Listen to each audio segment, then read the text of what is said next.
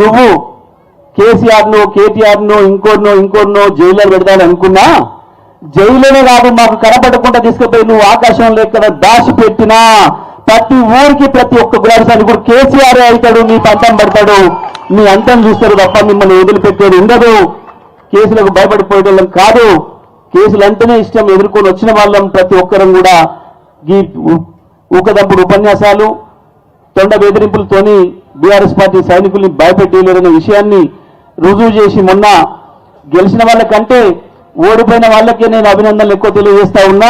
ఓడిపోయిన వాళ్ళు మళ్ళీ సిద్ధంగా ఉన్నారు, మళ్ళీ ఏం ఎన్నికలు వస్తాయి మళ్ళీ మేము దురుకుదామని చెప్పి సిద్ధంగా ఉన్నందుకు ఓడిపోయిన వాళ్ళందరికీ కూడా 2 సార్లు అభినందనలు చెప్తూ గెలిచిన మిత్రులందరికీ కూడా అభినందనలు చెప్తా ఉన్నా. మీకు ఇంకోటి కూడా ప్రలోభాలు మొదలైనాయి, మీకు ఏదో ఇది ఇస్తాం అది ఇస్తాం మీరు రండి అని చెప్పి పిలుస్తున్నారు. పిలిస్తే పోయిన లాగమైపోతారు. మీరు ఎమ్మెల్యే సర్పంచులు పక్కన పెట్టి పోయిన ఎమ్మెల్యేల పని ఏమైంది? వారు తిని ఎరిగినట్టు తీసి బయట వేసిండు.